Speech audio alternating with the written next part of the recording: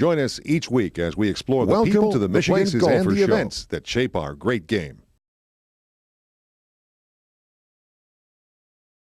Well, the defending champion of Olympic golf is George Lyon. And with us is Michael Cochran, who's the author of a brand new book about George Lyon.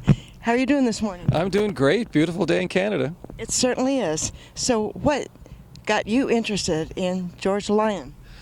Well, before 1997, I didn't play golf. I was 43 years old, and I was watching the Masters. I saw the 1997 Masters, and Tiger won. And as I saw him finish, I thought, you know what, I'm going to give that game a try. So I went and bought some used clubs and took it up and just fell in love with the game the same way that George Lyon did. George Lyon was a 38-year-old when he took the game up, and he really had a bit of contempt for the game, if I can say that. He didn't take it very seriously. He was a serious cricket player, and he almost on a dare gave golf a try one day and just absolutely fell in love with it. So I came to the game pretty much the same way that he did. Well, he was 46 in 1904 when he became the surprise Olympic champion in St. Louis. So tell us a little bit about George Lyon and how he came to be there in St. Louis. Well, he was a fire insurance salesman in Toronto, real sportsman. He loved all sports, baseball, football, hockey, curling, you name it, he played it. And in particular, he was a really good cricket player. And cricket at that time was very popular in Canada. And actually, it was one day when he was waiting to practice for cricket, his buddies were a little bit late, and another friend was about to tee off on this pretty primitive golf course that they had in Toronto at the time, Rosedale Golf Course. It was really just a cow pasture.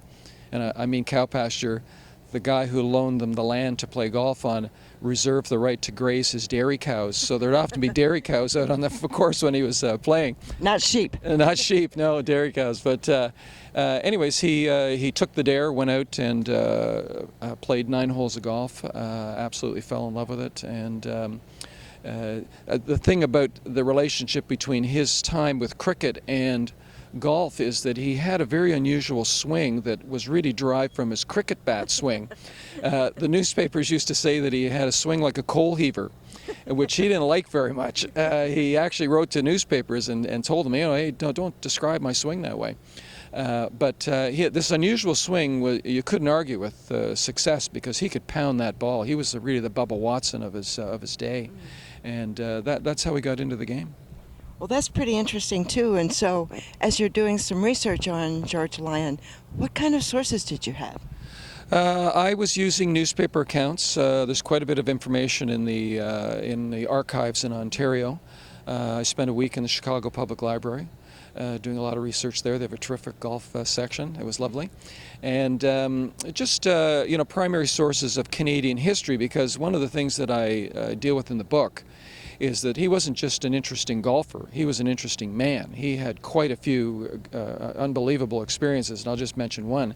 In 1904, the spring, he's getting ready to go to the Olympics, which are going to be in September in St. Louis, Glen Echo Golf Course just outside of St. Louis. And as he's thinking about, practicing over the summer, he's got the Canadian Amateur Championship coming up in July. He's got the Olympics in September.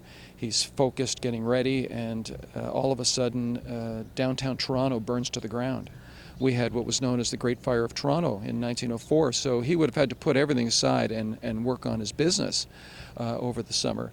That may have been one of the reasons why he came in second at the Canadian Amateur Open that year in Montreal. But he then got himself organized, got off to St. Louis for the Olympics in September, and qualified, made it through all the match play rounds to meet Chandler Egan in the final.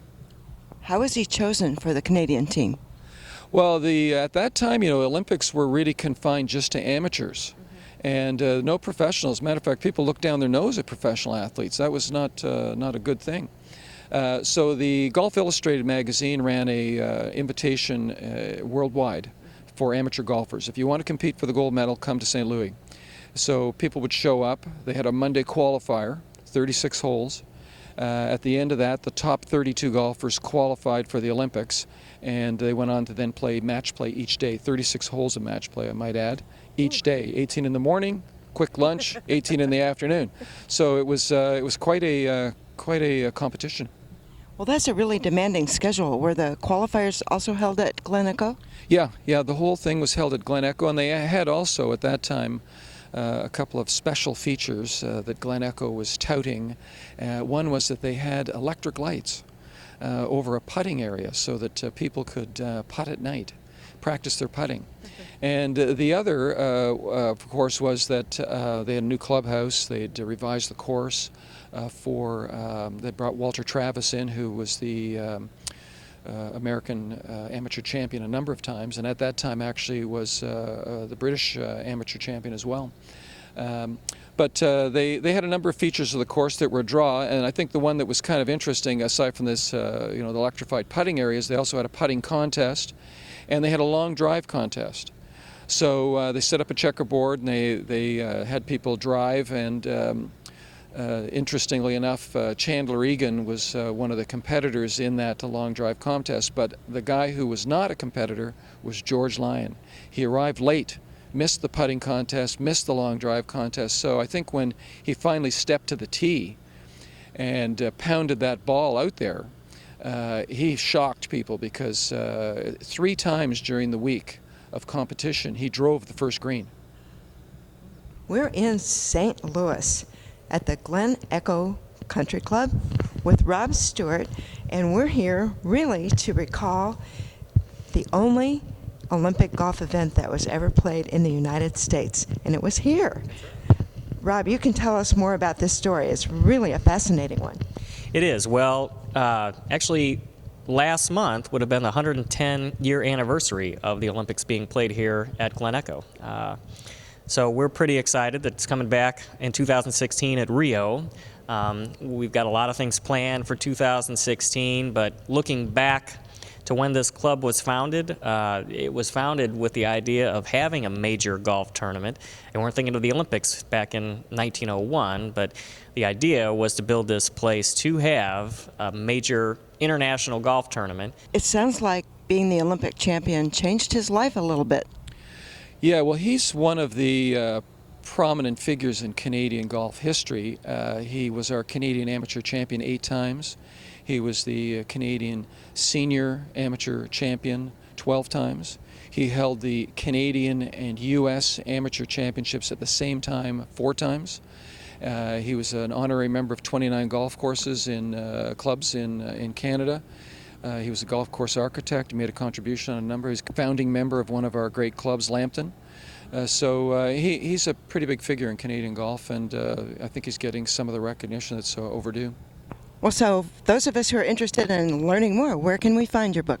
It's available on Amazon. You can order it in the United States if you like. Canada, it's being carried in all major bookstores, Chapters, Indigo, and other places. But Amazon's probably the right place to get it if you're in the United States. Well, Michael, it sounds like you are getting some recognition as well this week. Congratulations on coming out with the right book at the right time. Thank you. It was real labor of love.